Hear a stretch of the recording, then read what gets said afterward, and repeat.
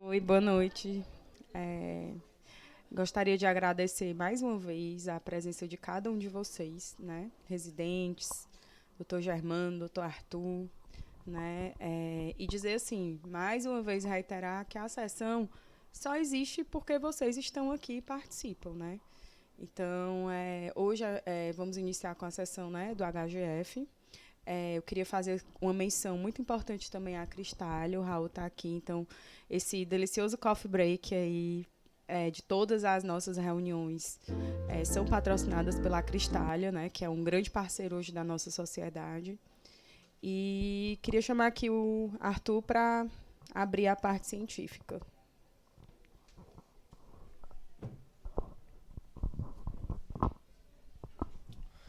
Oi, pessoal, boa noite.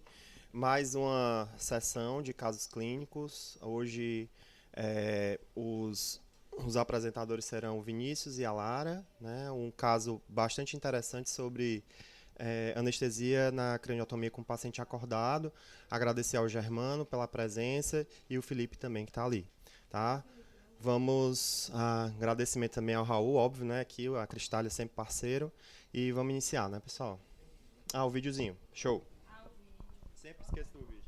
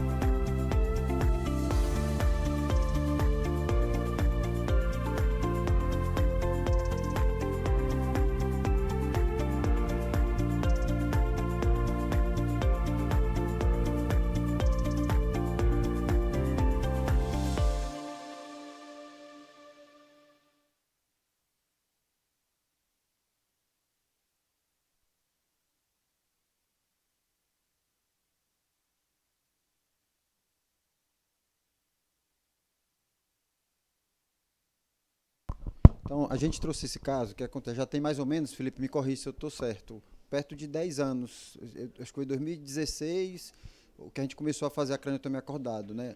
18? Não, porque a sessão que a gente falou de craniotomia acordado foi de 2017. Eu acho que foi... É, a sessão que a gente, primeiro que a gente, lá no HGF, por ser por causa da data, então deve ser perto disso. Então tem, sei lá, 8 anos, né? E ainda é assim, uma coisa cheia de mistérios, assim, né? Quem nunca faz, quem nunca fez, então tem sempre a curiosidade, pô, tu faz na acordado, né?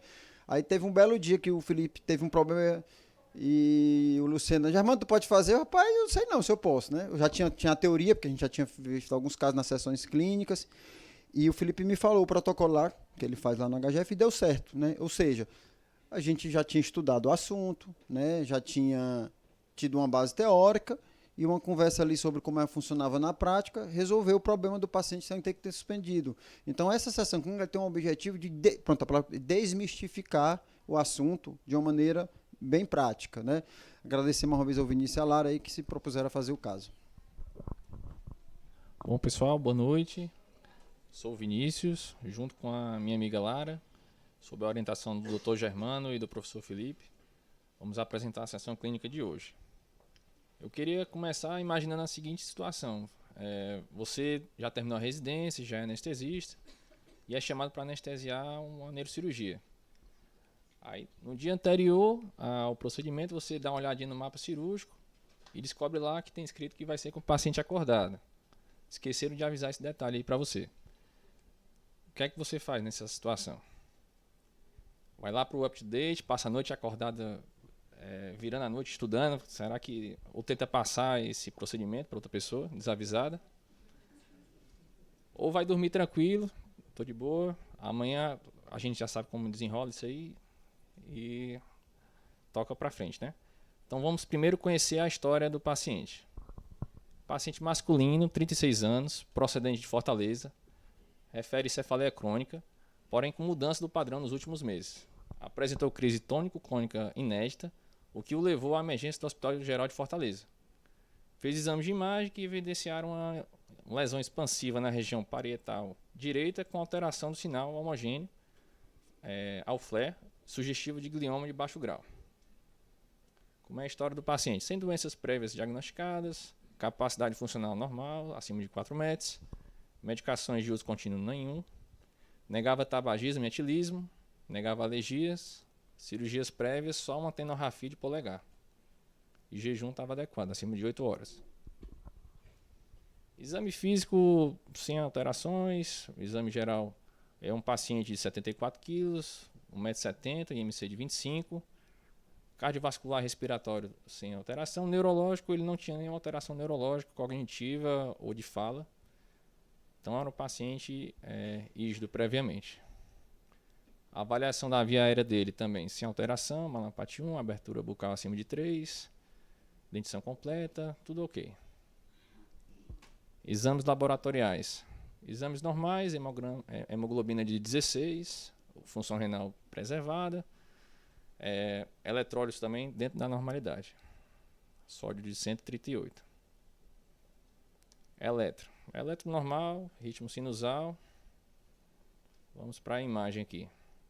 É a TC de crânio, você vê a lesão aqui, região parietal direita. Lesão expansiva parieto-occipital à direita, adjacente à linha interhemisférica heterogênea, predominantemente hipodência e bem delimitada, medindo cerca de 7,3 por 5 centímetros nos maiores eixos axiais, determinando compressão pelo parênquima cerebral adjacente e desvio da linha média contralateralmente em cerca de 0,6 centímetros. Ressonância magnética também com a mesma imagem. Lesão expansiva heterogênea, medindo 7,2 por 6,8 por 4,4 centímetros. Produz efeito de massa sobre o ventrículo ipsilateral e o corpo caloso, com herniação subfalcina discreta, de 8 milímetros. As características da imagem sugerem glioma de baixo grau, que é chamado astrocitoma.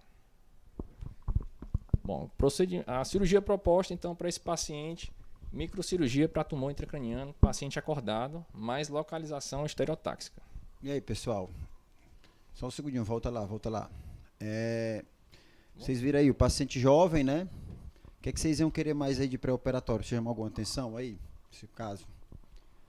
Lembrem que a avaliação pré-operatória, ela vai muito além só dos exames, né?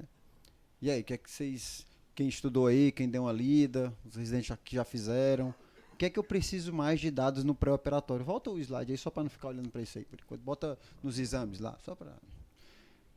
E aí? Perfeito. Então, assim, veja que os exames não tem nada, né, de alterado, né? Assim, nada digno de nota, né? Mas, assim, como o Vinícius, esse cenário aí tal que o Vinícius falou, você chegou desavisadamente para fazer uma craniotomia acordado, né? Nunca vi nem ouvi, só ouço falar, né? E aí chega o exame, não dá para botar, toca o barco, o exame tudo ok, né? Jovem, não precisa de mais exame, tem um eletro ali, também. E como é que funciona essa avaliação, assim? Por que tem que fazer essa avaliação? Por que é imprescindível você ter essa avaliação? Essa avaliação é feita por quem? Como? Onde? Né? E aí? E aí, pessoal, vai lá. O do HGF lá, quem que já fez aí? Levanta o braço aí, a neuroacordada. Bora, Felipe, se não falar, o Felipe vai entregar, né? Então nem adianta. Fez 3 seguidos. E aí, Lia? O que você viu aí, Lia? o que é que você, a sua impressão ali. Eu sei que eu quero que você me diga a sua sensação, assim, de estar lá e ter que fazer, assim, tem uma, apesar de que às vezes a consulta pré-anestésica nesse caso aí não é feito pelo residente que fez, né, a consulta mesmo eletiva lá, e tem todo um fluxo, não é isso, Felipe, de antes do paciente chegar naquela hora ali de ir para a cirurgia. O que é que você ouviu falar, Lia, desse fluxo? O que é que eles fazem aí? O que é feito? O que é que você viu? Tem uma triagem, né, com a psicologia. O paciente tem que ser muito bem avaliado, a condição psiquiátrica psicológica prévia de se submeter a uma cirurgia acordado. Tanto que ele é submetido a um treinamento dos movimentos e dos comandos que ele vai receber no intraoperatório várias vezes antes de estar realmente no intraoperatório. Tanto que ele já chega sabendo o que é que ele vai ter que fazer, como ele vai ter que acordar, ele já sabe o posicionamento. Então, não é todo paciente que tem condições de se submeter a uma cirurgia acordado. É um momento que gera muita ansiedade. Mesmo sendo preparados, a gente teve, né, uma paciente que ficou bastante ansiosa no momento, bastante. E aí foi possível controlar, manejar ali, porque era um paciente bem jovem, mas ela ficou bastante chorosa, bem nervosa, tinha que parar muitas vezes para pedir para repetir. Então, assim, imagina se não tivesse sido preparada. A ajuda dos profissionais físio, né, fono, né, que vão fazer essa avaliação, ela é fundamental nessa cirurgia. Volta só nas comorbidades ali, alguma outra coisa, não tem, né, assim, não tem nada de comorbidade que é importante que é importante nessa cirurgia você estar atento, até no sentido de eventualmente contraindicar técnica acordado, ou de arranjar, como a gente está conversando, Felipe, algumas técnicas para poder bypassar não, para poder suplantar algumas dificuldades. O que é que vocês viram aí no pré-operatório aí? Esse paciente não tem isso, mas o que é importante também, além da avaliação psicológica? Vai falar? A gente tem que avaliar nesses casos também a parte da via aérea, se o paciente tem doença, síndrome obstrutiva, apneia do sono, porque isso vai não contraindicar completamente, mas pode ser algo que vai complicar durante o intraoperatório. Então a gente tem que pesquisar ativamente. Como ele era um paciente com IMC de 25, também a gente não perguntou ativamente, mas ele não tinha relatos de dificuldade respiratória, né, nada do tipo. Tem o Eugênio, não sei se vocês conhecem, a doutora conhece, o Eugênio, da equipe lá que estava lá. O mestrado dele foi em CPRE, geral versus sedação, né? E é engraçado que o resultado que ele teve, que o paciente que tinha um stop bang positivo, ele concluiu que era melhor fazer com geral, porque ele teve mais intercorrência de dificuldade de ventilação, de problema no manejo da via aérea. Então, assim, até um dado importante que a gente, né, compactou aí. Então, se você tem dificuldade de via aérea, apneia do sono, cara, essa é uma técnica para ser, assim, ficar de orelha em pé, se vale a pena, né? Como é que vocês fazem, Felipe, lá nesses casos de via aérea difícil, já indica logo a geral, como é que faz? Boa noite, pessoal. Acaba sendo um limitante a obesidade, né? Então, assim, a gente usa o corte obesidade grau 1. Então, o paciente até com a emissão de 34, 35 a gente faz. Lá na HGF tem uma equipe de nutrição, em paralelo à equipe de neurocirurgia. Então, já alguns pacientes com a IMC 35, eles preparam o paciente, emagrece o paciente, baixa para 35 e a gente faz. E assim, acaba sendo uma dificuldade mesmo para a gente da anestesia. Então, a gente acaba fazendo, né, tendo aquelas dificuldades com pacientes mais obesos. Né? E assim, a questão não é só a questão da via aérea difícil, mas assim, como a gente utiliza por primeiro tempo a máscara laranja para fazer anestesia geral, acaba tendo implicação com conta das outras especialidades. Por quê? Porque a gente vai trabalhar não só anestesiando para o cirurgião, a gente vai anestesiar para neuropsicóloga e para neurofonoaudióloga. Então a gente tem que se preocupar em também deixar o paciente no ponto para fazer os testes para neuropsicólogo, para neurofonoaudiólogo e adequado para o cirurgião. E a máscara laranja é muito importante para elas por conta da questão da fala. Se tiver alguma lesão de corda vocal, pode simular uma disartria que vai comprometer os testes. Então a gente opta por passar máscara laranja. Quando a gente opta por passar maxilaríngea em um paciente mais obeso, a gente sabe que tem uma questão do de acoplamento maxilaríngea. Então vai ser um limitante da gordura torácica e da complacência pulmonar do paciente e a ventilação. Então por isso que isso acaba sendo uma contraindicação para a gente usar em pacientes mais obesos. Se a gente fosse entubar, tudo bem. De lado, bota de lado e tubo, passa o tubo, não tem questão de complicação com relação ao de acoplamento. Como a gente tem a limitação do volume da máscara em tolerar a expossibilidade pulmonar, quanto maior é a dificuldade, em vez de ser a resistência da parede torácica de um paciente obeso que é maior, ele acaba tendo essa limitação. Né? Então, realmente, assim, acaba sendo um corte mais por conta da associação da maxilaríngea, da dificuldade em ventilar, porque se a gente tiver dificuldade em ventilar e não reduzir o PaCO2, vai acabar tendo um cérebro mais edemaciado quando acordar. Se a gente optar por intubação, pode ter uma lesão e simular uma disartria durante os testes. Né? Então, acaba sendo essa associação com alguns outros pontos externos não inerentes só à anestesia. Mas e a associação a isso, a gente acaba tendo também mais dificuldade em ventilar o paciente de lado e em passar maxilaríngea. É tudo mais difícil. Então, realmente, acaba sendo mesmo um corte que a gente optou por fazer. E quando a gente pega um paciente com IMC de 34, 35, a gente acaba sofrendo um pouquinho mais. Mas, assim, sempre, às vezes que a gente tentou fazer, deu para fazer. Né, e se a gente conseguir preparar esse paciente antes, né, alguns meses, 2 meses, conseguir baixar esse IMC, para a gente é muito, muito válido isso. E ajuda muito.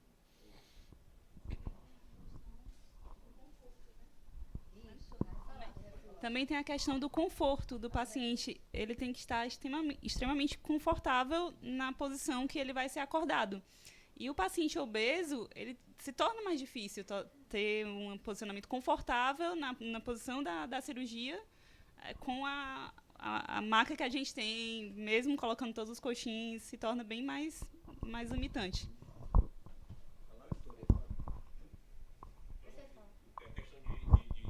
Do estado para esse paciente, um detalhe besta. A gente foi fazer um paciente desse com um IMC 34, ele tinha uma hernia umbilical. Então, a gente não conseguiu fazer o com a hernia umbilical. Ele começou a sentir dor na hernia umbilical na hora da cirurgia. Tanta dor que ele parou de fazer os testes com dor. Aí tive que suspender e induzir ele e ele terminou dormindo a cirurgia. São desafios que a gente espera. Quer falar, doutor? Boa noite. Não, é só porque quando você falou da obesidade, né? Lembrar da história de refluxo, gastroesofágico, diabetes, né? Porque máscara laríngea pode ser perigoso, né? De regurgitação. Porque no obeso mórbido mesmo fica só mais para resgate, né? De via aérea, não para procedimento mesmo.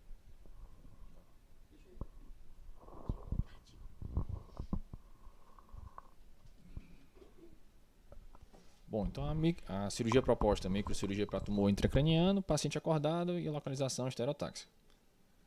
Aqui a gente vai falando um pouquinho do assunto, a gente introduziu dentro do caso. A craniotomia com o paciente acordado vai permitir o mapeamento funcional durante a ressecção dos tumores. É uma dúvida, realmente uma curiosidade que a gente tinha antes de participar desse procedimento, como é que ocorre esse tipo de cirurgia? Será que o paciente vai ficar acordado durante todo o procedimento? Será que tem momentos diferentes durante a cirurgia? Então, o paciente não vai permanecer acordado durante todo o procedimento. Vai necessitar de uma cooperação dele.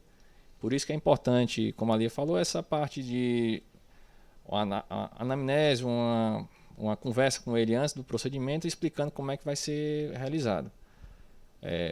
A craniotomia com o paciente acordado tem melhores desfechos no perioperatório. Reduz a necessidade de internamento e também da permanência do paciente na UTI. Permite uma ressecção maior do tumor e reduz a parte de lesões cognitivas que podem acontecer. Nesse estudo aqui, reduziu, é um estudo lá do jornal americano de anestesia para neurocirurgia, mostrou uma redução de déficits neurológicos nos pacientes submetidos a neuroacordada, 7% versus 23%. Reduz náuseas e vômitos e dor no pós-operatório. Até esse estudo sobre o risco de náuseas e vômitos é importante a gente estudar do paciente, porque caso ele, durante o momento que ele está acordado, ele venha apresentar náuseas e vômitos, vai atrapalhar também os testes. Então a gente tem que, caso ele tenha um risco mais elevado, talvez utilizar 2 ou 3 antieméticos aí para poder evitar essa situação. Reduz complicações também inerentes à ventilação mecânica, como o doutor Felipe falou, lesões de corda vocal, a parte da intubação da ventilação mecânica, pneumonia relacionada à ventilação. Então tem essas vantagens. Quando a gente vai indicar, quando é que o neurocirurgião vai indicar neuroacordada? Principalmente para mapeamento funcional, para ressecção de tumores próximos a áreas consideradas eloquentes do cérebro, ressecção na região do córtex motor, que seria do giro pré-central, o córtex sensitivo pós-central.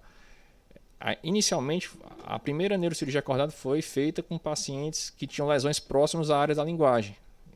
Depois elas foram estendendo para outros tipos de terapias. Foi feito também para tratamento de focos epileptogênicos, principalmente de lesões que estão presentes no lobo frontal. Estimulação cerebral profunda, com a colocação de eletrodos profundos para tratamento de doença de Parkinson ou de transtorno de obsessivo compulsivo. Biópsias estereotáxicas e ventriculostomia também é utilizado. E tratamento de MAVs próximos a regiões eloquentes do cérebro, ou aquelas MAVs que vão irrigar partes do cérebro que estão relacionadas ao movimento, sensibilidade e à fala. Ele vai testando, vai reduzindo, vai tratando essa MAV e vai observando a resposta do paciente. Contraindicações. A gente já falou um pouquinho quais seriam essas contraindicações, mas contraindicação absoluta mesmo desse procedimento seria a recusa do paciente. Existem algumas outras contraindicações relativas, né? Contraindicações físicas, histórico, predisposição a uma dificuldade da intubação, via aérea difícil, disfunções respiratórias do paciente, síndrome da apneia obstrutiva do sono, impossibilidade de posicionar o paciente adequadamente, alterações sensoriais, psicológicas, ansiedade, dificuldade de aprendizado, confusão.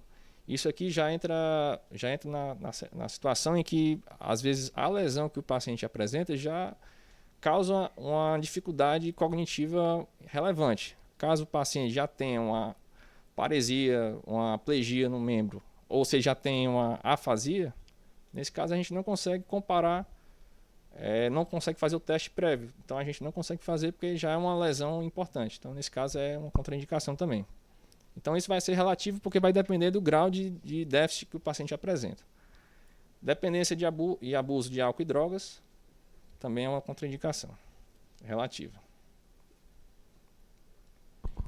Engraçado, viu, Vinícius? Quando uma vez eu fui fazer uma endarterectomia de carótida e o paciente ele tinha algum grau de déficit cognitivo, sabe? E foi um arrependimento mal do mundo. Eu fiz o bloqueio do plexo cervical por indicação do residente. Não, vou fazer. Não, tá certo, vou fazer acordado. Foi um arrependimento mal do mundo, porque ia fazer os testes e não entendia se o paciente estava com dificuldade ou não. Então isso aí tem que seguir muito. O Felipe falou muito bem, assim, o protocolo tem que ser seguido, cara. Assim, às vezes quando a gente inventa de sair é para se dar mal, cara. Então, qual foi a técnica anestésica proposta? A anestesia em 3 estágios. Geral venosa total, mais um bloqueio regional, o scalp block. Num segundo momento, acordado o paciente e depois uma sedação. Monitorização proposta, padrão, cardioscopia, pressão arterial não invasiva, saturação, temperatura, capnografia, bis e sondagem vesical. Vocês pediram alguma monitorização além dessa aí, pessoal? É monitorização padrão, basicamente com bis e a sondagem vesical, né? E aí? É uma neurocirurgia, né? E aí? Olha, o doutor Felipe tá ali, foi ele que fez a anestesia. Vamos ter cuidado aí na hora de criticar, mas a gente pode, né? E aí? O pessoal tá com medo, viu, Felipe? Você tá aqui, viu? Hã? Como é? Ele é grande. Vai dar medo. E aí, pessoal? O que é que vocês sugerem a mais aí? Ou não sugerem, né?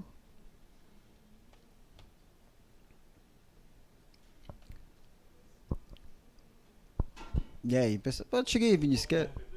Não, ninguém nem tá acusando. Mas a gente vai chegar, eu vou já passar a palavra para você sobre isso. Eu fiz de propósito só para levantar a bola, tá? A bola ainda tá quicando. Oi. Tem pergunta online. Oba.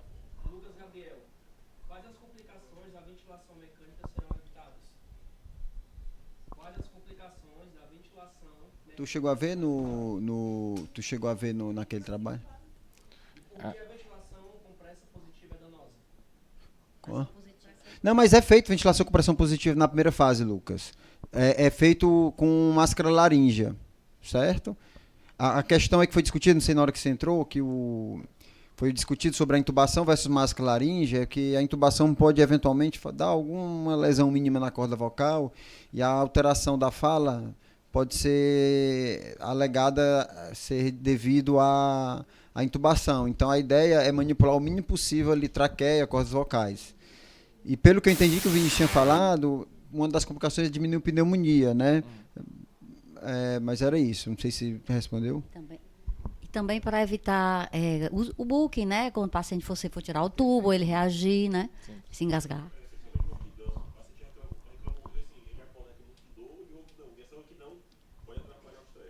Pronto.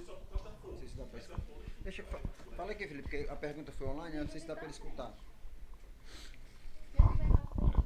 É mesmo só para poder evitar questão de trauma de rouquidão e trauma de corda vocal, né? Ou então algum trauma diretamente relacionado à intubação, né?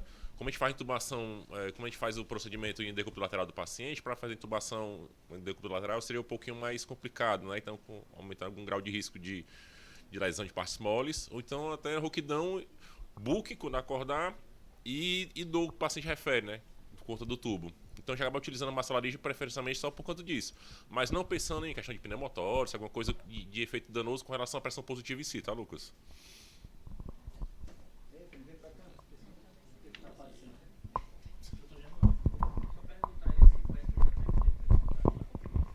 Ok, Lucas, podemos seguir?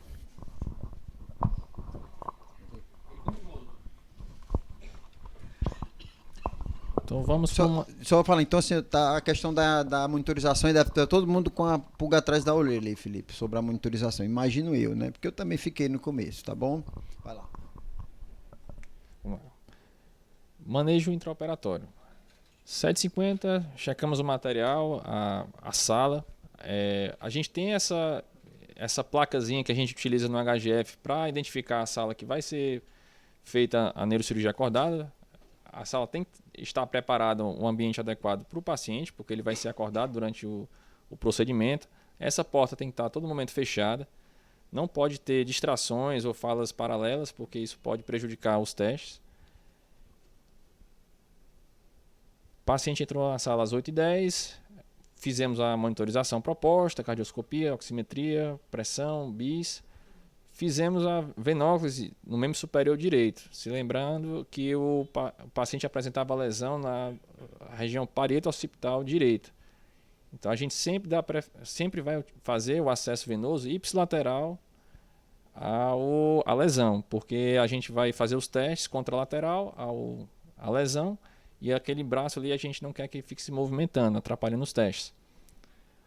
A antibiótico profilaxia proposta lá da HGF, cefuroxima, vancomicina, é o padrão de lá, dexametasona 10mg e omeprazol.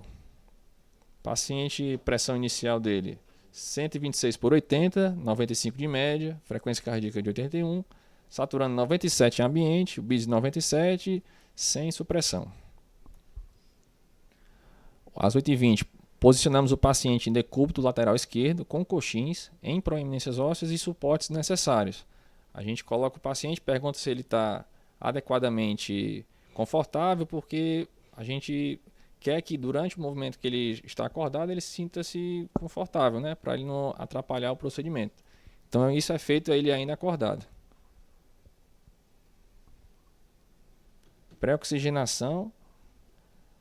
A gente inicia indução com remifentanil, TCI. Inicialmente com remifentanil a gente coloca entre 5 e 6 microgramas por ml. Vai avaliando a sedação do paciente. Quando ele começa a sentir os efeitos da sedação, esse paciente ele precisou de uma dose até mais alta do que o normal, a gente chegou até em 9, antes de iniciar a infusão de propofol. Quando ele começou a sentir uma sonolência, começou a infusão de propofol. Foi aumentando até que ele obtivesse a sedação adequada. Quando ele foi induzido, fizemos succinilcolina, 70mg, para facilitar a passagem da máscara laríngea. Veja, pessoal, que aqui eles não usaram opioide de duração maior, né? Então, assim, A conversa que eu tive com o Felipe quando eu fui fazer uma vez, é assim, não dá para inventar, pessoal. Assim, essa hora que, né, que o Felipe depois vai falar como é que são os testes também, assim, tipo, dizer como é. Então, se você inventar e vou fazer só um pouquinho disso, só um pouquinho daquilo, é a hora que você sai do planejamento. Passamos a máscara laríngea, iniciamos ventilação mecânica, FO2 de 41%. Manutenção anestésica, a gente conseguiu reduzir depois da passagem da máscara, alvo de 6 microgramas por ml e Propofol, alvo de 2,3 nanogramas por ml. Pressão se manteve estável, 105 por 60, frequência de 78, saturando 99, TC2 de 36, bis 41, sem supressão. Realizada a tricotomia pela equipe cirúrgica. E fizemos o scalp block. O protocolo lá do HGF, também da equipe cirúrgica, é utilizar a lidocaína 1% mais epinefrina. Utiliza-se 20 ml de solução. Isso pode variar de locais, mas é o que é utilizado lá no HGF. Aí vamos falar um pouquinho sobre o scalp block, que é o grande protagonista aqui da sessão. A gente vai fazer um bloqueio procurando alguns marcos anatômicos na região craniana do paciente para bloquear praticamente 7 nervos. Esses o que estão apresentando aqui. Eu vou passar um por um. Então, visa bloquear 7 nervos. Algumas referências falam de 6 nervos, mas a gente utiliza 7 nervos lá. São ramos espinhais cervicais e divisões trigeminais. Na região posterior do crânio, vamos bloquear o nervo occipital maior, occipital menor e nervo auricular maior. Esses provenientes do ramo ventral e dorsal dos nervos espinhais de C2 a C3. O nervo occipital maior vai na parte aqui da proeminência occipital até o vértice. O occipital menor vai ser a região da pele atrás da orelha. Nervos provenientes do ramos do trigêmeo supratroclear e supraorbitário vão vir da divisão oftálmica. Vai inervar da testa até a sutura lambidoide. Nervo zigomático temporal, da divisão maxilar do nervo trigêmeo. Vai ser essa região lateral, pequena área na testa e da região temporal. E nervo aurículo temporal, divisão mandibular do nervo trigêmeo. Região posterior da pele da têmpora. Aí vamos procurar aqui os marcos anatômicos para realizar o bloqueio. A gente vai procurar aquele forame supraorbitário, presente aqui na região da sobrancelha. Vai colocar ali anestésico por volta de 3 a 4 ml para pegar o nervo supraorbitário. Mais medial, a gente aplica mais um pouco de anestésico para pegar o nervo supratroclear. Na região frontolateral, no osso zigomático, nessa depressãozinha que a gente tem próximo da sobrancelha, a gente injeta mais um pouco de anestésico local ali para pegar o nervo zigomático temporal. A região do tragus, 1,5 centímetros anterior ao tragus, também coloca 3 a 4 ml ali naquela região para pegar o nervo aurículo temporal. Muito cuidado nessa região, porque passa por ali a artéria temporal superficial. Então é um lugar que a gente tem que ter cuidado para injeção intravascular. Região posterior da orelha, a gente faz uma infiltração local para pegar ramos retroauriculares do nervo auricular maior. A gente pode chamar de nervo retroauricular, mas ele é proveniente do auricular maior. E na região posterior, como é que é feito? A gente pega a proeminência occipital, vai até a região da mastoide. Em alguns artigos fala do lobo da orelha, divide em 3, injeta ali na região mediana e na região lateral nessa divisão. Quando você vai ver, você pega ali o nervo occipital maior e o nervo occipital menor. Aqui também no occipital maior tem a artéria occipital, então também tem que ter cuidado com injeção intravascular. Aí eu trouxe aqui o vídeo, até agradecer a Lia que fez essa filmagem muito boa. Como é que é na prática? Essa aqui ainda não é o scalp block, seria só o ponto de inserção central do Manfield. Além dos bloqueios que o Vinícius falou, eles fazem para fazer uma concentração e garantir que vai ter uma analgesia muito boa, que é um estímulo muito grande esse fixador aí, né? Supratroclear, né? na linha da pupila o supraorbitário.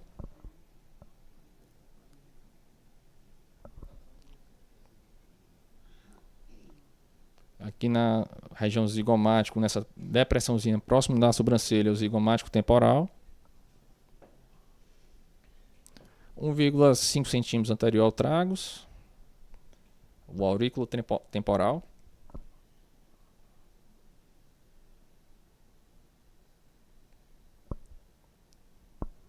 Na região posterior à orelha, os retroauriculares. No Radzic ele fala na altura do tragus ali, na região. Aqui foi um pouco mais acima, mas também deve pegar.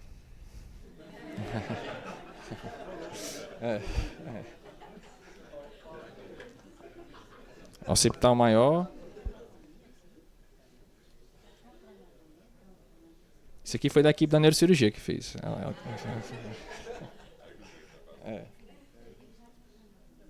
Ela fala aqui para pegar bem no osso e depois na superficial. Não, é isso que eu ia falar. Vocês estão percebendo, eu pensei que ia passar despercebido, mas esse paciente é outro paciente. É porque depois a gente decidiu fazer esse caso, ali foi rodar neurocirurgia, ela filmou. Eu até inverti a imagem para ficar igual, porque que era do outro lado a cirurgia nesse caso aí.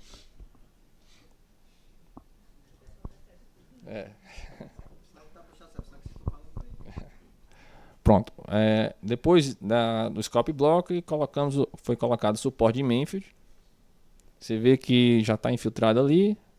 Antes da colocação, a gente bota a posição adequada e infiltra os pontos de inserção ali, que também é um estímulo doloroso, um estímulo álgico importante. Foi iniciado a cirurgia. Aí foi feito o bloqueio do flap cirúrgico, que é no músculo temporal pela equipe da cirurgia. Aqui também é utilizado lidocaína 1% mais epinefrina. Aí essa é a posição da sala, que é um pouco diferente. Você vê que tem essa manta aí que vai de um lado a outro. Eles botam 2 campos bem grandes para poder o paciente não se distrair com o procedimento. Aí o protocolo do HGF também a dura mata é um local que causa bastante dor. Então eles colocam gases em bebidas com lidocaína 2%, sem vasoconstritor nesse caso, e deixa lá em contato com a dura mata por 10 minutos. Aí após esses bloqueios, desligados os anestésicos. O paciente despertou, retirada a máscara laríngea, paciente contacta ao despertar e testados os bloqueios pela equipe cirúrgica, ausência de dor. A demora foi de 22 minutos, desligado os anestésicos até o despertar do paciente. Iniciados os testes pela equipe da psicologia e da fisioterapia. Aqui é como é a conformação da sala. A psicóloga e a fisioterapeuta fazendo os testes com o paciente. Carrinho cirúrgico sempre na frente do paciente. Quando a lesão é do outro lado, a gente coloca o carrinho do outro lado.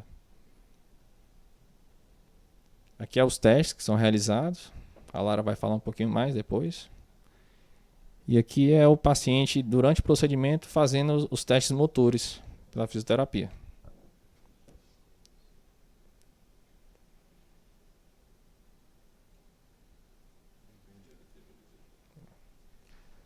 Iniciou a ressecção tumoral, juntamente com os testes pela equipe da fisioterapia. E aqui é o mapeamento da lesão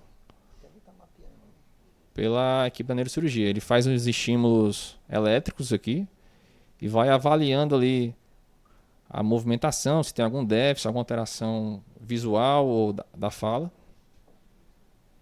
Aí ele consegue mapear os locais que ele não vai poder ressecar. Então ele coloca essas identificações aí para poder evitar a ressecção. Foi ressecado o tumor. Final dos testes da ressecção tumoral. Retornado os anestésicos com alvo para sedação. Propofol e o suporte de O2 em catéter nasal. dipirona, 2 gramas, cetoprofeno, doacetona, aí no final eu pedi para fazer fenitoína, 750 miligramas, morfina, 2 miligramas, e o final da cirurgia. Detectamos outro, volta ali outra coisa aí. Fala aí, Felipe, essa parte aí. Assim, além do escape block, a gente faz anti-inflamatório de pirona antes de despertar do paciente, né? É para poder fazer essa questão da analgesia multimodal. Sim. Né? Então a gente faz a dipirona, parafenil, nazedron antes de despertar. Certo. E a fenitoína a gente faz depois, porque a fenitoína depois da sonolência. Então realmente a gente faz depois, só após os testes. Então vocês entenderam, né? Como pode ter algum resquício ali de dor no despertar, você já entra com a analgesia aí, com a anti-inflamatória e com analgesia com dipirona também, justamente para cobrir alguma dor que tenha ficado descoberta. Então, esse aí tá fora do momento. Na hora que eu vi o caso, eu achei estranho, mas vai que tinha mudado, como eu faço pouco. Então, e a fenitoína, como o Felipe falou, né? Final. Pode dar algum grau de sonolência e dificultar os testes. Tá bom? Vai lá. Final da cirurgia, final da anestesia, paciente sem déficits motores, sem dor e encaminhado para a UTI pós-operatória. PA 113 por 63, frequência cardíaca de 87, saturando 96 em ambiente. Balanço hídrico de cristalóide 3.250, diurese de 800 ml. A evolução do paciente no pós-operatório foi uma evolução favorável, sem apresentar déficits motores ou sensitivos, imagem no pós-operatório satisfatória, recebeu alta da UTI no primeiro PO e alta hospitalar no quarto PO com prescrição de anticonvulsivantes, gabapentina 800mg e fenitoína 300mg. Pessoal, antes de só voltar aqui, então, antes da parte. A gente vai dar uma pausa? O Arthur disse que ia ter uma pausa, mas só falar, então, eu quero que vocês tragam aí, pensem um pouquinho sobre a monitorização. Se deve ou se não deve fazer mais coisas nessa monitorização ou se está suficiente. Tá bom? Vai 10 minutos, Marcos? Então tá bom, 10 minutos, dá uma esticada as pernas aí e a gente volta já.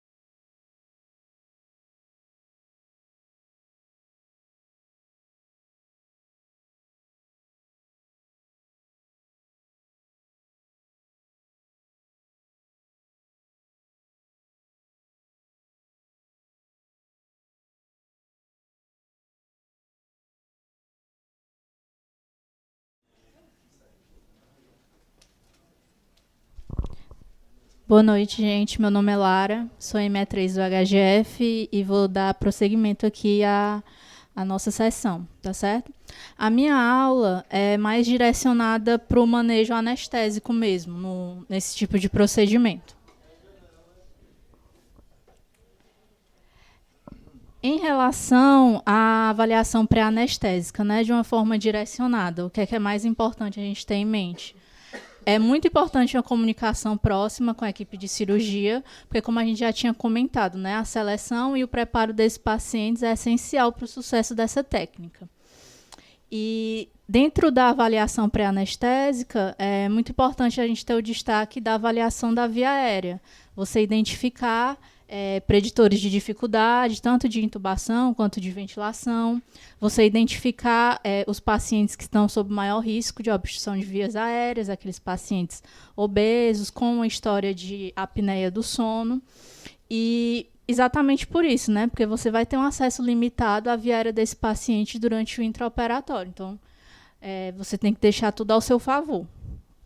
Pacientes que já fazem uso de medicação antiepiléptica, o ideal é que ela não seja suspensa, mesmo naqueles pacientes que vão ser submetidos à cirurgia para tratamento de focos de epilepsia, tá certo? Porque não foi comprovado que não vai prejudicar o mapeamento da cirurgia e, ao suspender, você tem um risco daquele paciente evoluir com uma convulsão no intraoperatório, que é indesejado.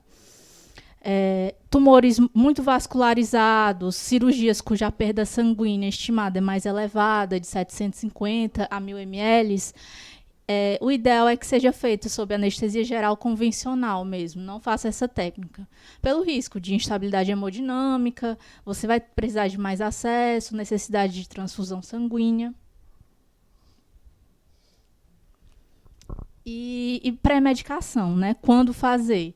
Não é para todo mundo e nem é a mesma coisa para todos. Ela vai ser individualizado. Você vai levar em consideração o grau de ansiedade do paciente, o status neurológico basal dele, as outras comorbidades desse paciente. E dentro da parte da pré-medicação, né, que é uma das drogas que são mais escolhidas, é o midazolam como pré-medicação. Destacar que na eletrocorticografia, que são exatamente aquelas cirurgias para tratamento de epilepsia, o ideal é que não seja feito, porque aí sim pode prejudicar o mapeamento e comprometer o sucesso da sua técnica. A monitorização, né, que o doutor Germano tinha enfatizado. A monitorização padrão, com pressão arterial não invasiva, oximetria de pulso, cardioscopia e capnografia, ela é suficiente para a maioria das craniotomias acordadas. Os monitores de EEG processado, né, como o BIS, o SedLine, é interessante que você use, porque vai permitir que você titule a dose dos seus anestésicos. Pode ser difícil, dependendo da posição do tumor, só você inserir o sensor em si, né? Pode ficar prejudicado. A sonda vesical de demora não é obrigatória em todos os casos. A recomendação é que seja passada em cirurgias mais longas, né? Potencial de durar 3, 4 horas, e quando é feito uso de manitol. Aí, nesses casos, ela é bem recomendada. Quer acrescentar alguma coisa, professor? E aí, Felipe, funciona ou não funciona a artéria? Esse paciente. Acho que como a Lara falou, acho que você vai basear a sua monitorização no status clínico do paciente. Então, via de regra, o paciente que a gente opera, a maioria são tumores cerebrais tipo glioma. Então, eles vão comer pacientes jovens sem comorbidades. Então, a gente não funciona. Agora, você pegar um tumor, ou fazer um amável, fazer um DBF a Parkinson, em pacientes idosos com outras comorbidades, aí sim justificaria a utilização de uma PA invasiva, uma acesso central. Né? Então, assim, cabe a individualização. Neurocirurgia não é igual a PAI central. O pessoal que roda no HGF comigo vê. PAI e central não é igual a neurocirurgia. E o pessoal que roda na neuroacordada vê. Então a gente vai, às vezes, no paciente com acesso periférico ruim, a gente pega 2,22 e faz neurocirúrgico 2,22. E dá pra fazer perfeitamente, o paciente sai bem e com o terceiro PO vai pra casa, fica tudo tranquilo, sem estresse. Então, volta um slide lá, Lara. Então, assim, até porque, né, Felipe, assim, até que ponto vocês fazem uma avaliação? Como é que é essa questão da previsão de perda sanguínea no dia a dia lá de vocês? Vocês conseguem fazer essa previsão? Não conseguem? Tem muito susto nesse aspecto? Aí vem a conversa da equipe anestésica com a equipe cirúrgica. Aí eu converso com o Lucas. Localização, tamanho, proximidade de artérias de grande calibre, neogênese vascular. Então a gente conversa com o Lucas e já tira mais ou menos ele dá mais ou menos uma prévia. Geralmente o que a gente opera em termos de gliomas pela localização são tumores que não têm muito sangramento. Então geralmente vai estar dentro dessa previsão, entre 750 e 1000 ml de sangramento. Então somente com acesso periférico a gente consegue trabalhar bem. Já quando a gente vai fazer algum outro com previsão de sangramento maior, né, aí a gente já fala, não, Felipe, realmente aqui a previsão de tem artérias próximas, tem uma vascularização, que a gente viu na ressonância e tudo, então ele acaba falando que vai ter uma previsão de sangramento, a gente acaba pegando central ou pegando um periférico mais calibroso. E nesses casos, vocês ainda se indicam acordado ou vocês são mais invasivos assim, sobre a anestesia? Até que ponto essa decisão é o cirurgião que toma mais essa decisão? Acaba assim, a questão da indicação da neurocirurgia acordada acaba sendo pela localização do tumor, se é área funcional ou não, independente se tem mal previsão ou não de sangramento. A gente já teve pelo menos 2 cirurgias que fugiam um pouco do controle e acabou sangrando a mais. Sangrou mais de 2.000 ml. A gente acabou correndo atrás, estabilizou em sala, foi tudo tranquilo. Mas não foi fator limitante para termos de escolha técnica cirúrgica. A indicação da técnica foi basicamente e eminentemente pela funcionalidade do local ao redor do tumor. Então a indicação é do cirurgião, independente da previsão ou não de sangramentos. Quando vocês vão ver também sobre a técnica anestésica, Felipe, que o protocolo lá do HGF é um pouquinho diferente às vezes do que a gente lê. E é onde é que vem a experiência, né, do dia a dia lá fazendo e da teoria, né? Isso não é um problema nenhum. A Lara ter citado, perda maior do que 750 a 1000 ml, eu vou evitar a técnica. Mas tudo dentro de uma equipe que já é treinada. Você não vai começar com um caso desse fazendo craniotomia acordada nem a pau, né? Então, assim, você tem uma troca de informação entre a equipe cirúrgica para você saber até onde você vai, né? Então, se já tem uma experiência e que faz isso, aí você já se prepara para tais desafios, né? Então ele vai falar de convulsão, vai mais na frente, tem... Tá bom. Pronto. Aí eu trouxe aqui um artigo só para enriquecer nossa discussão, né, e mostrar embasamento para as condutas, né. Esse é um estudo de 2022, é um estudo observacional retrospectivo, foram avaliados 74 pacientes submetidos à craniotomia acordado. Esses pacientes, eles foram monitorizados, né, em relação à pressão arterial apenas de forma não invasiva. Foram feitas medidas de cada 3 a 5 minutos, né, repetidas. E dentro desses pacientes selecionados, é interessante que a gente consegue observar que não é só paciente sem comorbidade, não. Tem uma quantidade de paciente, né, ASA 2, ASA 3, e teve inclusive um paciente ASA 4 dentro desse estudo. E o que é que foi visto desses pacientes? Pacientes que precisaram de droga vasoativa ficou em torno ali apenas de 30%. E desses que precisaram, a maioria deles não foi um problema de hipotensão, foi na realidade de hipertensão, que necessitaram do uso de vasodilatadores. E em relação a eventos adversos maiores, né?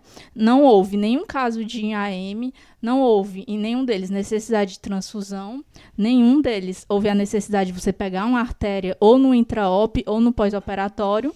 E assim, de mais desfavorável que aconteceu foi um paciente que apresentou uma fibrilação atrial no 6º PO. Então, assim, esse artigo reforça que, lógico, né, de uma maneira individualizada, é seguro você fazer esse tipo de cirurgia só com a pressão arterial não invasiva.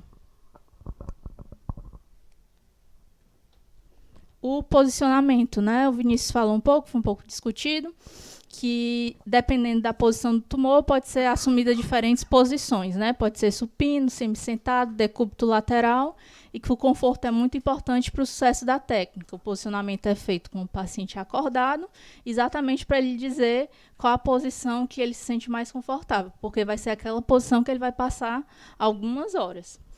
E como é que a gente pode melhorar isso, né? Tornando a mesa cirúrgica mais acolchoada, com uso de coxins, promovendo o aquecimento desse paciente com a manta térmica e sempre tentando deixar as salas mais silenciosas possível, sem muita luminosidade, sem um grande trânsito de pessoas na sala. É para estar realmente só os profissionais envolvidos no cuidado daquele paciente, tá certo? Nada assim de entra e sai de pessoas.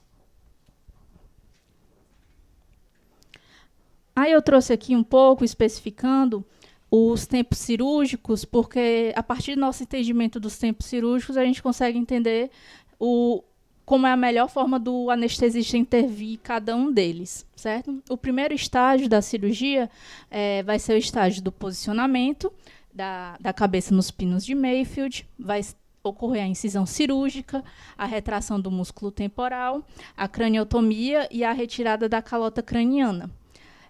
Todos esses eventos, eles têm um potencial álgico muito grande. Então, a nossa função principal aqui é promover o bloqueio desses estímulos álgicos.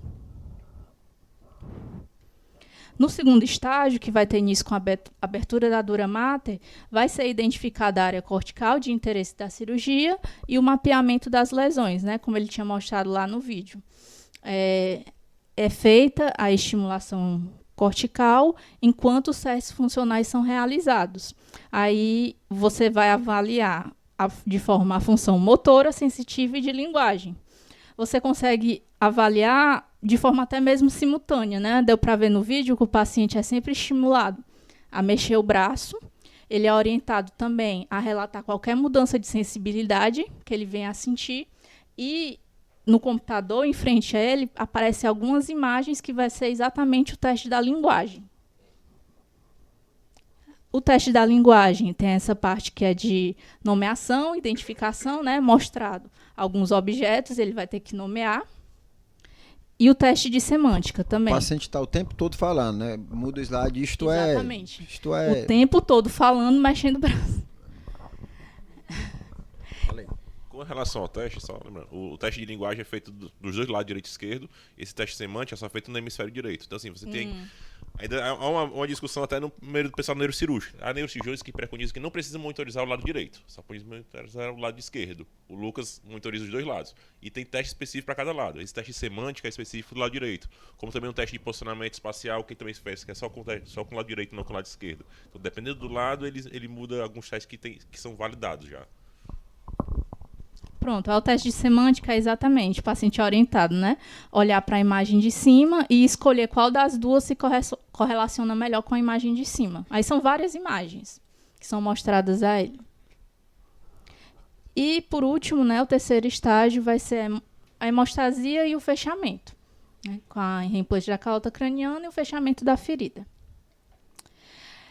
Em relação, essa foi a cirurgia, né, os tempos cirúrgicos. E em relação à técnica anestésica, como que a gente vai anestesiar esse paciente?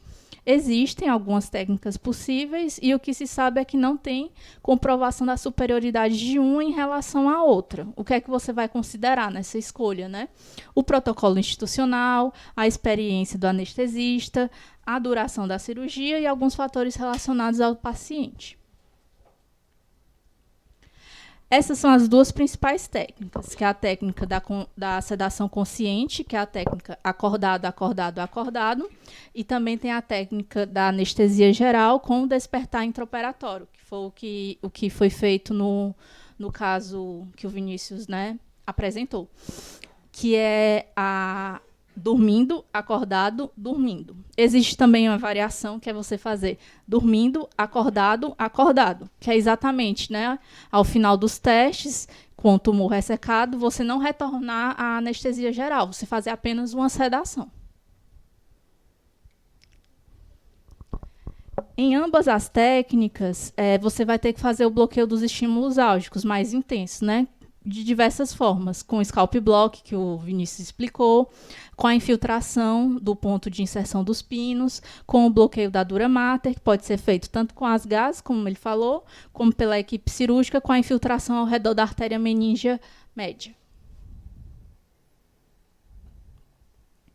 Aí, detalhando um pouco, né, dessas duas técnicas. A sedação consciente, que é a técnica acordado, acordado, acordado, é importante a gente destacar que poucos pacientes eles iam tolerar todos os estímulos da cirurgia sem qualquer grau de sedação. O ponto é que, apesar do nome ser acordado, acordado, acordado, não quer dizer que o paciente vai ficar totalmente acordado durante todo o procedimento. A meta é que o paciente esteja tranquilo e responsivo aos comandos, principalmente no segundo estágio. E o ajuste da sedação vai ser feito de acordo com o estímulo, né? No primeiro estágio, com aqueles estímulos maiores, você vai aprofundar a sedação. No segundo estágio, você vai diminuí-la. E como toda sedação, ela tem seus desafios, né? Sua imprevisibilidade. Uma mesma dose de Propofol em 2 indivíduos diferentes pode ter resultados totalmente diferentes também. E em relação à sedação excessiva, né, que pode levar a uma obstrução de vias aéreas e uma depressão respiratória, principalmente, né, em pacientes obesos e idosos. E nessa técnica, né, da sedação consciente, quais são os agentes mais utilizados? São preferidos agentes que são mais facilmente tituláveis, agentes de curta duração. E os mais utilizados, né, são o Propofol, o remifentanil e o Precedex. Aí, além disso, o midazolam e o fentanil também são amplamente utilizados. Vejam que ela está falando da técnica que o paciente fica com sedação consciente o tempo todo, né? Não é anestesia geral e acordada. Só para poder lembrar, porque você vai diferenciar depois, né? Isso. Ou seja, nessa técnica não é feita anestesia geral. Pronto, né? Falando um pouco das medicações que a gente já conhece, né? O Propofol é muito interessante, né? Pelo rápido início e fim de ação, ele garante um despertar tranquilo na maioria dos pacientes e só a gente tem que ter cuidado, né, com a grande variação do efeito dose na população. A dose ideal para cada paciente, difícil saber, né? Às vezes você só vai saber na hora ali. E a dose recomendada, quando você for utilizar o Propofol nessa modalidade, fica ali uma dose bem ampla, né? Entre 25 e 150 microgramas quilo minuto. O ideal para aquele paciente, você vai sabendo só titulando lá na hora. O remifentanil, assim como o Propofol, é uma droga muito interessante, um início de ação rápido, um fim de ação rápido também, e ele vai promover analgesia e um certo grau de sedação. Interessante destacar, né, o sinergismo dele com o Propofol, tanto facilitando a hipnose do Propofol com doses menores, como também para o lado negativo, né, piorando a questão de depressão ventilatória. A dose recomendada dele é de 0,01 a 0,05 micrograma quilo minuto.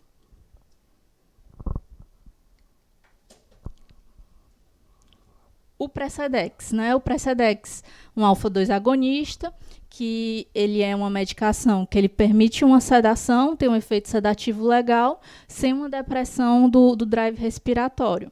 Mas ele também carrega seus pontos negativos, né? Uma hipotensão, pode ter uma bradicardia, pode levar a uma sedação excessiva, inclusive prejudicando a realização dos testes, né? Se o paciente não estiver bem desperto no segundo estágio, na hora dos testes, pode comprometer todo o seu procedimento. E a dose recomendada. Se ele for feito como agente único, geralmente é aquela dose que a gente já conhece, que é você faz uma dose de ataque, que é 1 micrograma por quilo, de 10 a 15 minutos, e a de manutenção, né, que fica entre 0,3 a 0,7 micrograma quilo-hora. Se for feito como adjuvante, associado com outros anestésicos, aí tem uma margem ampla de dose. Você pode fazer desde 0,01 até 1 micrograma quilo-hora. Eu trouxe aqui essa meta-análise para a gente discutir mais essa questão do Precedex, tá certo? Ela é uma revisão de literatura com a meta-análise associada de 2009 a 2022. Nela, foram também selecionados apenas estudos, né, no qual a técnica anestésica realizada foi a técnica acordada, acordada, acordada. E foi feita a comparação em 2 grupos, né? Um grupo na qual o Precedex foi a droga principal, e o outro grupo que não usou Precedex. Aí foram avaliados alguns resultados, né? Desfechos cirúrgicos que ele descreve no artigo como sendo a parte de parte cognitiva e alterações neurológicas, déficits neurológicos no pós-operatório. A taxa de conversão para anestesia geral, alterações respiratórias, náuseas e vômitos e convulsões. Aí, pelo gráfico, né, a gente consegue perceber assim, que não houve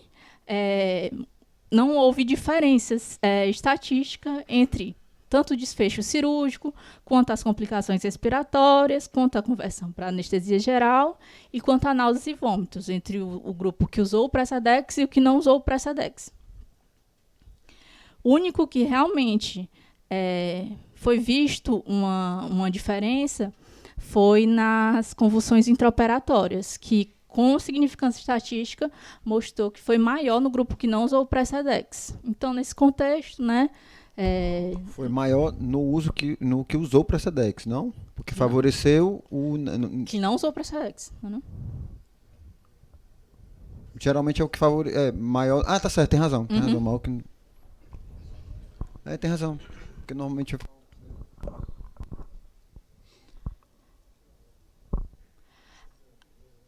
Aí eu trouxe aqui, só para deixar de uma forma mais concreta, um protocolo que eu tirei de um artigo do UpToDate, que o anestesista, o autor, ele anestesia na Universidade de Toronto. Aí ele trouxe um pouco de como eles fazem lá. Lá, eles geralmente fazem dessa forma. A técnica acordado, acordado, acordado. E como é o protocolo deles, né? Inicialmente, eles fazem midazolam, dose baixa, com fentanil, também dose baixa. E logo após, eles iniciam o Precedex. Precedex na dose de ataque e depois na dose de manutenção. Aí eles avaliam como é que está o grau de sedação desse paciente. Se o paciente estiver bem sedado, fica nisso. Se o paciente ainda estiver muito acordado, aí é associado o Propofol também, a infusão de Propofol, que vai sendo iniciado com 25 micrograma quilo minuto e tendo a dose titulada. Nos momentos, né, de maior estímulo álgico, é feito bolos de Propofol e de fentanil. Aí, se dor, também você vai fazendo pequenos bolos de Propofol e fentanil. Pequenos mesmo, sabe? 20 mg de fentanil, 25 microgramas de fentanil. 20 mg de Propofol, 25 microgramas de fentanil.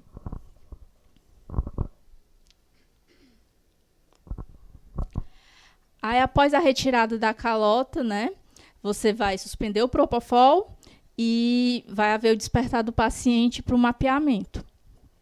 Você pode, dependendo do grau de sedação que o paciente apresentar, suspender ou reduzir a dose do Precedex e, né, realizar os testes. Aí, após a realização dos testes, você pode retornar ao Propofol e fazer bolos de fentanil, se necessário. Quer fazer alguma? Não? Pronto. E agora a técnica dormindo, acordado, dormindo, né? Nessa técnica, o paciente vai ser submetido à anestesia geral no primeiro e no terceiro estágio cirúrgico. Os fármacos mais utilizados, né, como a gente até conseguiu ver no nosso caso, são o remifentanil e o Propofol. E como é que a gente pode fazer, né? Eu também, para deixar de forma mais concreta, eu trouxe aqui as doses, tá bom? Na indução, o remifentanil, você pode fazer, né, ambos TCI, remifentanil e Propofol, 4 a 6 nanogramas por ml, e o Propofol também, 4 a 6 microgramas por ml. Aí, após a indução, você vai prosseguir com o manejo da via aérea.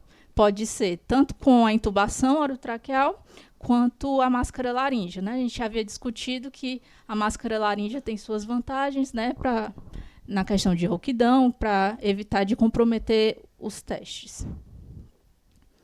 E manutenção, né?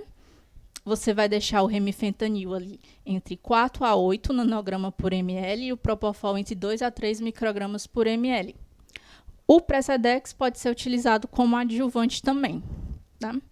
Aí vai ser realizada a infiltração do couro cabeludo, o scalp block, tá?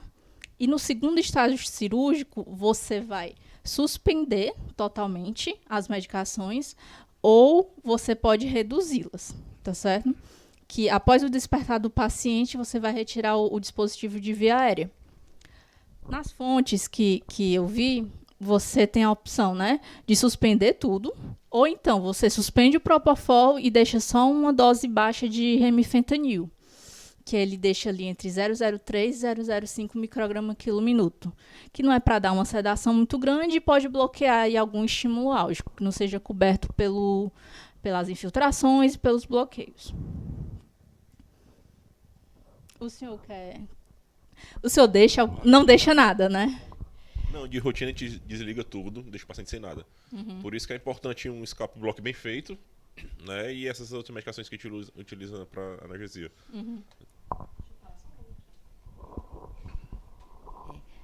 Considerando a dor, né, pós-operatória também, por que não fazer um anestésico local de longa duração? O protocolo é eminentemente trazido pelo cirurgião. No local que ele fez, ele só utilizava lido. Lá eles utilizam 3 ampolas de lido. Ele faz a infiltração no começo, o scalp block, faz a infiltração do flap, quando ele faz a craniotomia, antes de abrir a dura, ele coloca lido na dura e reinfiltra toda a musculatura. Então ele faz lido em 3 momentos. Como ele faz ali 3 momentos, dá certo. O paciente não sente dor. Eu anestesiei para outra equipe de São Paulo, que eles vieram e eles utilizavam rope é 1000%. E só fizeram a infiltração no começo, não repetiram durante toda a cirurgia. Né? Então depende do... Poderia pensar nisso, né? Mas o que a gente vê é que a analgesia pós-operatória é muito tranquila. Uma dose baixa de opioide é suficiente para tolerar o paciente e os pacientes não reclamam. Eles ficam muito bem no pós-operatório, mesmo com a líbida, evitando a medicação. Eu até cheguei uma vez a conversar com ele, não, cara, eu já faço desse jeito, tá tranquilo, dá certo, vamos manter. Tá bom. E hiperalgesias? Porque sem fentanil, sem MDA? Pronto, também pensei nessa questão da hiperalgesia. Como a gente bloqueia as outras vias nociceptivas e aí, apesar de utilizar essas medicações como anti-inflamatório e de pirona de baixa potência, a gente não vê hiperalgesia, porque acho que é a efetividade mesmo do scalp block, né? A efetividade do scalp block e da analgesia da dura e da musculatura antes de acordar o paciente. Então, acho que o paciente realmente ele acorda sem dor. Né? E quando o scalp block fica mal feito, o paciente reclama em alguns pontos. O que a gente fazia antigamente, a gente fazia só o M-scalp block só do lado que ia ser operado. Mas o MEF são 2 pinos. O pino que passava contra o lateral, o paciente reclamava de dor. Então a gente passou a fazer o scalp block bilateral completo. Aí melhorou também essa questão de analgesia.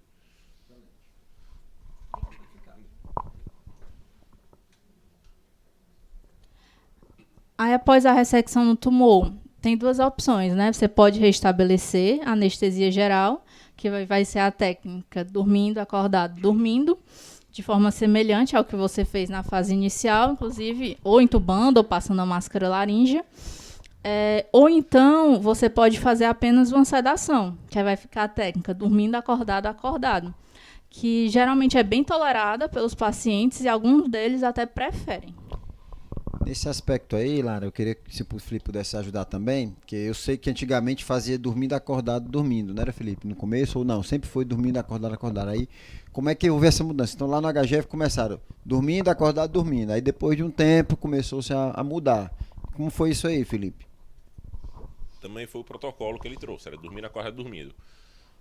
A gente, no começo, a gente reintubava o paciente de decúbito lateral, com vídeo laríngeo, e depois a gente fazia dormindo e repassava massa laríngea.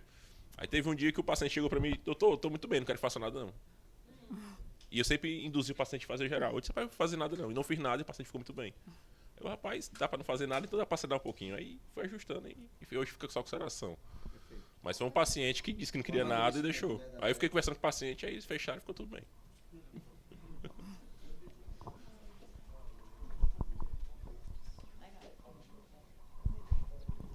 Aí aqui é só uma imagem só, é meio que resumindo tudo isso que a gente já tinha comentado, dos estágios cirúrgicos e das nossas exigências anestésicas principais, né? No primeiro estágio, você tem que promover anestesia para a inserção dos pinos, para a incisão cirúrgica e promover também uma ansiólise.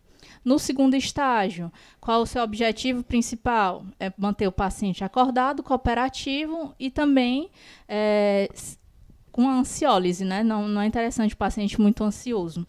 E no terceiro estágio, você vai focar, né, na anestesia apenas para atividade cirúrgica que ainda falta ser feita. Pensar também, né, na analgesia para o posicionamento prolongado. Esse paciente pode estar ali na mesma posição umas 6 horas, isso causa um desconforto. E pensar também na analgesia do pós-operatório desses pacientes. Aí aqui eu trouxe um protocolo proposto de forma análoga como eu fiz com a sedação consciente. É só um protocolo que foi, inclusive, o trabalho de conclusão de curso da Hermínia, que é uma ex-residente do HGF, que eu achei interessante trazer para cá. Só para deixar de forma mais concreta, né, como isso pode ser feito. A primeira fase, que é a fase dormindo, né, é feita a pré-oxigenação, você faz a lidocaína no acesso venoso periférico, exatamente para diminuir o desconforto da infusão do Propofol. E você vai fazer aquela combinação, né, do remifentanil com o Propofol, ambos TCI. O remifentanil ali até 6 nanogramas por ml e o Propofol até 6 microgramas por ml. Também se baseando pelo BIS, né, tentando aquela meta de BIS entre 40 e 60. Aí depois é passada a máscara laríngea, você vai ventilar o paciente de pressão controlada, tentando manter ali um pico de pressão de 15. Você vai rechecar o posicionamento desse paciente, realizar a cateterização urinária, passar o termômetro e outros fatores importantes, né? O antibiótico profilático e os analgésicos, né? Como o próprio Dr. Felipe tinha comentado, geralmente faz nessa fase dormindo exatamente para quando chegar na fase acordado já ter o efeito dessas medicações. Analgésicos, né? Como dipirona, cetoprofeno, um antiemético e o corticoide, né? A dexametasona. Aí, então, é feita o scalp block, a infiltração dos pontos de inserção dos pinos e também a analgesia da dura mater. Aí, na segunda fase, né, com o paciente acordado, você suspende tudo, vai suspender a infusão de Propofol e remifentanil, vai retirar a cobertura ocular, evitar a estimulação excessiva, barulho no ambiente e deixar a ventilação mecânica e ventilação espontânea, né? Avaliar como é que está o drive respiratório desse paciente depois que você retirou as drogas. O BIS vai tender a aumentar, né? Vai se elevar ali para 60, 70. Você vai aguardar que o paciente reassuma a ventilação com uma boa saturação, aí você vai ter segurança para tirar seu dispositivo, no caso, a máscara laríngea. Aí vai ser realizado os testes cognitivos, o mapeamento cortical, a ressecção do tumor. Aí, após tudo isso, tem a terceira fase, né? Nesse protocolo descrito como dormindo, que é reiniciar a anestesia geral de forma semelhante ao que foi feita no início da cirurgia.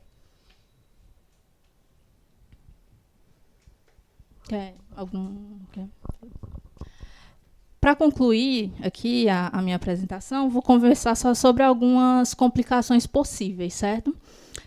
Convulsões. A convulsão pode ocorrer por estimulação do mapeamento cerebral e tende a ocorrer principalmente em pacientes que têm tumores do lobo frontal e pacientes já com histórias de convulsão prévia. O que é que você vai fazer nesses casos? A maioria dessas convulsões, elas são focais e autolimitadas. E, geralmente, com medidas mais tranquilas, você já consegue reverter, né? O paciente está com a dura mater aberta, você vai fazer a irrigação cerebral com uma salina fria. Aí você pode fazer também pequenos bolos de Propofol e de midazolam, mas, assim, em casos de crises generalizadas, refratárias, está mais de 5 minutos com a crise que não passa, aí realmente, às vezes, é necessário você induzir o paciente. Na prática, Felipe, eu vou fazer a pergunta que eu fiz aqui em off para ele. Como é que as convulsões já teve, não teve? Como é que trata? E funciona essas coisas aí que a Lara falou? Na prática, são poucas convulsões que a gente vê. A maioria que a gente viu são tônico-clônicas generalizadas. E 100% das convulsões foram resolvidas com soro fisiológico gelado. Então, a primeira medida é toda neurocirurgia acordada, o cirurgião já tem um soro gelado na mesa. Em caso de convulsão, ou parcial ou total, ele utiliza soro gelado. Se não resolver com soro, a gente parte para o Propofol. E o paciente convulsionou, fez soro, não resolveu, fez Propofol, resolveu, ele acorda e segue os testes. Não tem problemas. É só a questão que e o quando período pós-ictal pode prejudicar isso também, que eu né? ia falar. Ele acorda, ele, geralmente, às vezes, ele faz um pós-ictal, mas é pós até curto. Ele recupera o pós-ictal e vai-se embora. Complicações respiratórias, né? Caso de obstrução de via aérea, hipoventilação, hipercapnia e de saturação. Nesses casos, né? Primeira parte é você diagnosticar o problema. É interessante também, né? Você avisar o cirurgião o que é que está acontecendo. Você suspender a infusão de qualquer sedativo que esteja sendo feito.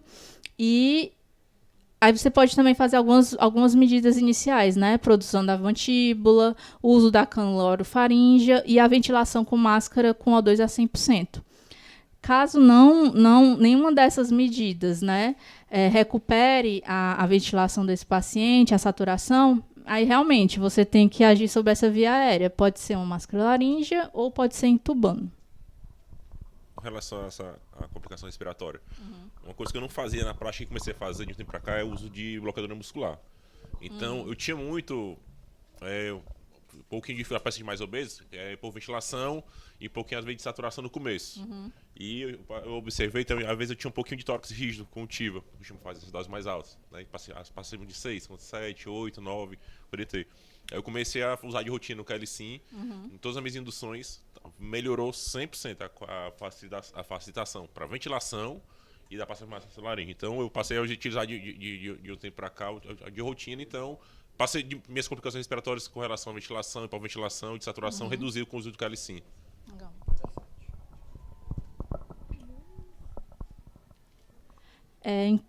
Edema cerebral, né? Ele pode ser precipitado por uma hipoventilação com hipercapnia.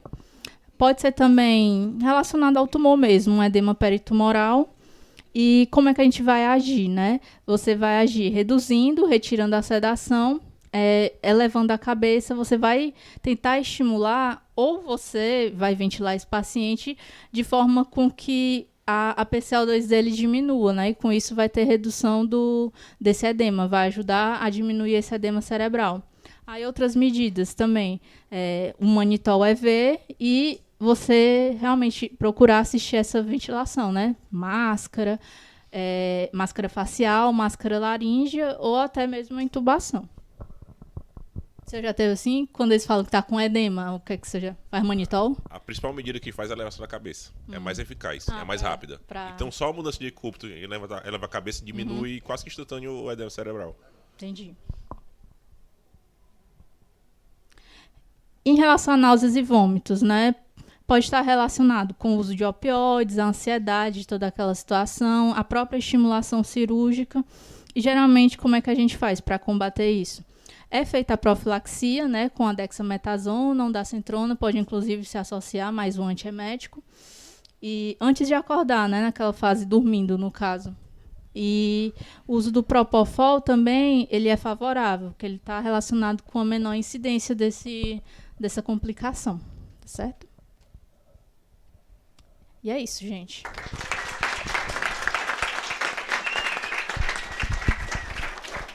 Show de bola, né, pessoal? Acho que deu pra gente entender como é que funciona na prática aí essa craniotomia acordada. E depois eu vou passar a palavra aqui, agradecer ao Vinícius e à Lara, né? Ficou bem do que a gente queria mostrar, né, Lara?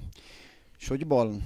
E agradecer ao Felipe, né, que no tempo livre veio aqui para dar uma noção mais prática da coisa, e não só teórica, né? A todos os participantes ali que também ajudou, todo mundo participou. Muito obrigado aí. Show de bola. Queria agradecer a Lara e o Vinícius. Eu confesso que essa foi uma das melhores sessões clínicas que eu já vi aqui. Eu acho que deu para fazer uma discussão muito boa. Os meninos tinham um domínio incrível do assunto.